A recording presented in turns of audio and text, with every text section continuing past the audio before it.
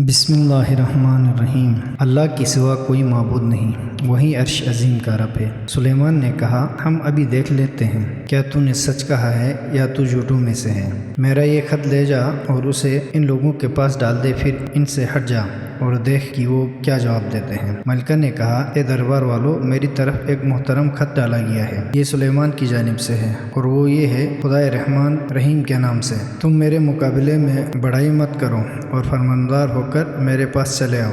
ملکہ نے کہا، اے اہل دربار، میرے اس معاملے میں مجھے رائے دو، میں تمہاری غیر موجودگی میں کسی معاملے کا فیصلہ نہیں کیا کرتی۔ انہوں نے کہا، ہم طاقتور اور شدید جنگجو ہیں، تاہم فیصلہ آپ کے ہاتھ میں ہے، آپ دیکھ لیں کہ آپ کو کیا حکم کرنا چاہیے۔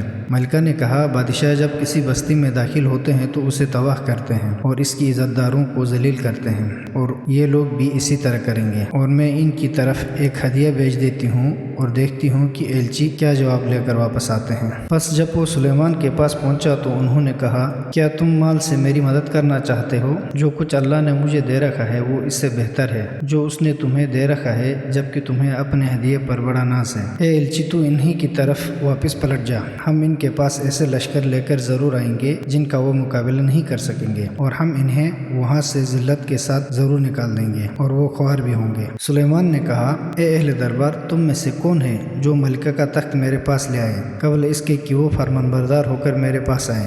جنوں میں سے ایک عیار نے کہا، میں اسے آپ کے پاس حاضر کر دیتا ہوں قبل اس کے کہ آپ اپنی جگہ سے اٹھے، اور میں یہ کام انجام دینے کی طاقت رکھتا ہوں، امین بھی ہوں۔ جس کے پاس کتاب میں سے کچھ علم تھا وہ کہنے لگا، میں آپ کی پلک چپکنے سے پہلے اسے آپ کے پاس حاضر کر دیتا ہوں۔ جب سلیمان نے تخت کو اپنے پاس نصب شدہ دیکھا تو کہا، یہ میرے رب کا فضل ہے تاکہ وہ مجھے آزمائے کہ میں شکر کرتا ہوں یا کفران، اور جو کوئی شکر کرتا ہے وہ خود اپنے فائدے کے لیے شکر کرتا ہے، اور جو ناشکری کرتا ہے تو میرا رب یقیناً بے نیاز اور صاحب کرم ہے۔ سلیمان نے کہا، ملکہ کے تخت کو اس کے لیے انجانا بنا دو، ہم دیکھیں کیا وہ شناخت کر لیتی ہے یا شناخت نہ کرنے والوں میں سے ہوتی ہے۔ جب ملکہ حاضر ہوئی تو اس سے کہا گیا، کیا آپ کا تخت ایسا ہی ہے؟ ملکہ نے کہا، گویا یہ تو وہی ہے، ہمیں اس سے پہلے معلوم ہو چکا ہے اور ہم فرمان بردار ہو چکے ہیں۔ اور سلیمان نے اسے غیر اللہ کی پرستش سے روک دیا کیونکہ پہلے وہ کافروں میں سے تھی۔ ملکہ سے کہا گیا، محل میں داخل ہو جائیے۔ جب اس نے محل کو دیکھا تو خیال کیا کہ وہاں گہرا پانی ہے، اور اس نے اپنی پنڈلیاں کھول دی۔ سلیمان نے کہا، یہ شیشے سے مرصع محل ہے۔